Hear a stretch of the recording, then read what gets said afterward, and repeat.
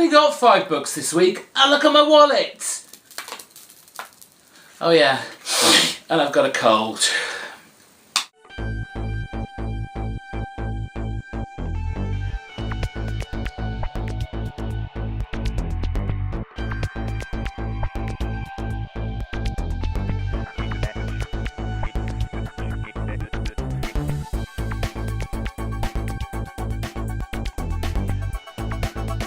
Hello everybody, it's me, GhostCritic. Feeling a little bunged up with a cold. It's got really wet and miserable here in the UK. So of course I've been attacked with tons of germs already. But that's not going to stop me. Here's another comic book review show, and I really thought it was going to be a cheap week. I only had 5 books to pick up. Well, 4 really, but I had to get 1, but it was expensive. So let's kick off. We have from Vertigo, Astro City issue 5. Now I think I remember reviewing the first issue, thought I would jump on to the new series from Kurt Busiek, because I've heard great things about Astro City, and I have quite a few issues here and there, no full runs. I'm trying my hardest on that, and I've loved the last incarnations of them, and I have to say the last 4 issues have been really good, and I've really enjoyed them. You kind of get all these glimpses of people's lives who live in Astro City, and how their kind of superpowers, or the fact that they haven't got superpowers, affects their lives. In this issue, I kind of fell short for me. Interspersed through what is basically kind of 3 small vignette storylines, we have our Purple Man, who we saw right at the very beginning, and he's doing that whole red yarn connecting events and people, and he's being very cryptic, and he's talking about this person, this group, this potential villain called the Ubor, O-U-B-O-R, however you want to pronounce that. But what this is we have 3 stories, and they all come from different times, different locations, and we have kind of introduction to 3 different characters. And I think that's what kind of fell short for me in this issue. There was too much going on. There were too many characters with 2 differing storylines, though we kind of get the idea that eventually these will all come together. I'm afraid this kind of fell flat. Now, while I've been away not doing reviews for you, Brian Wood has been pitting mutants against mutants in his current story arc, World War X. It's Kitty Pryde's band of mutants in Utopia against Jean Grey's Titan up in the skies. And it's kind of been a bit slow going, to be fair. We've already seen kind of Kitty's band having kind of dissension in the ranks and splitting up, and now they've kind of come together. Now we've got Jean Grey's guys kind of going, I think she's going a little bit too far now. Up in Tian, she has all her followers going after James, who's trying to escape from Tian, and trying to send him into a berserker rage to make it out like Utopia is the cause of the latest mutant war fight. Brian Wood does do a good job of kind of balancing those quiet moments with the big action scenes, but you just kind of wonder where this is all going to go and finally lead to. I'm hearing rumours about the Ultimate Universe coming to an end, and to be fair, as much as I'm enjoying this, I won't be sad to miss it if the rumours are true. Something I certainly haven't been speaking about, haven't had the chance yet, but it's, yes, the late summer blockbuster from Marvel that everyone's lapping up. it is of course Infinity. And I was kind of looking forward to this. In fact, I was really looking forward to this. It had that kind of whole space opera, sci-fi excitement that I was really looking forward to. And while this is great, it's flashy, it's explosive, it's a little light on plot, but it fills a certain need.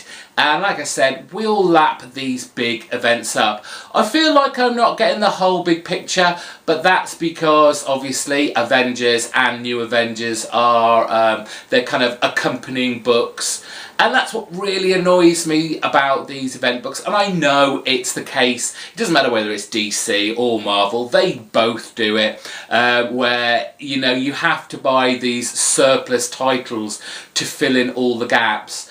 Really, your main story should be in your main event book, such as this. I shouldn't have to wonder, well, how have they got from the end of part 3 to here at part 4 without having to buy Avengers or New Avengers, because I am not down for that anymore.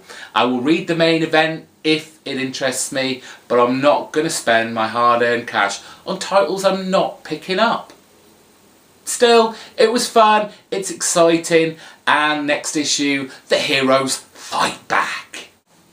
Right, this was my extra buy today, and it might have cost a pretty penny more. This is an $8 book, but I couldn't miss up on some early work from a firm favourite now of mine, Brandon Graham.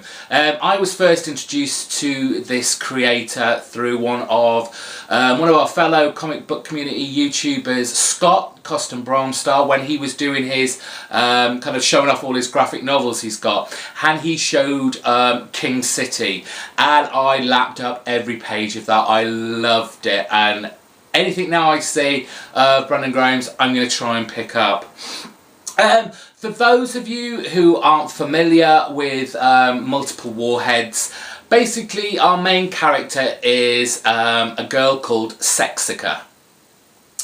Now, she is an organ smuggler, but these are no kind of ordinary, hearts, lungs, livers, eyes. They all do some crazy, imaginative weirdness. And her boyfriend is called Nikolai, and for his birthday, she bought him a werewolf penis, which she decided to sew onto and next to his other penis. This is very much an adult orientated book, and his early works certainly aren't for the prudish. There's tits, there's arse, there's insertions. I don't want to get too graphic here, but really very sexually explicit, but so much fun.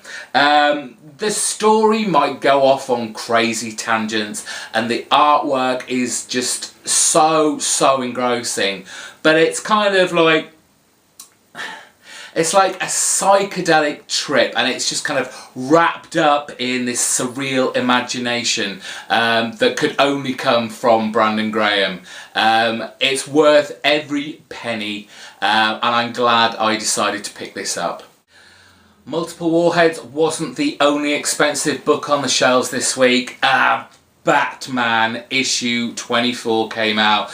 This was a huge double page, if probably not a bit more, special, kind of finishing off Scott Snyder's first arc in his 0 year extravaganza, and he packs a lot into this issue. We've got the building of the Batcave, we've got the introduction really of Gordon and his obsession with Batman. I love the kind of questions that that really Bruce Wayne answered about why the hell would you live in Gotham when all this craziness, this murder, this crime, why would you stay there? There's big action scenes with the Red Hood gang. We have the creation of the Joker. What's his name? Oh, sorry. Greg Capullo even throws in a really nice homage to the original Batman from Detective Comics issue 27. And of course, with any epic Batman storyline, you know, someone's got to die and they've got to be close to Bruce and Batman. But it was a very exciting big issue. Whether I feel that Snyder has maybe put too much into this issue, did it really need to be a double-sized issue? Has he left enough for the rest of this 12-issue run, or is he going to kind of spread out the rest of whatever he has in store for us?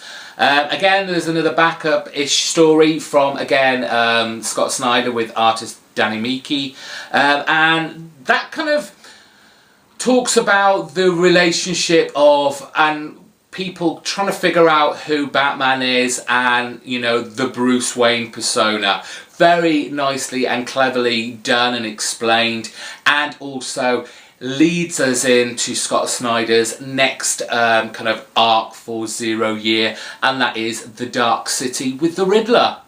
It was a pretty epic issue. As I said, maybe just a bit too much. And that's it for this week. Like I said, 5 books, but God, they were expensive this week. That's it for me. I hope you enjoyed. What have you been reading? Let me know. What did you think of Batman? Did he pack too much in there? Did anyone get all sexed up with multiple warheads? And Astro City, has it fell short for you too with this one? Anyway, till next week, hopefully. This seems to be a regular thing between you and me. Bye-bye.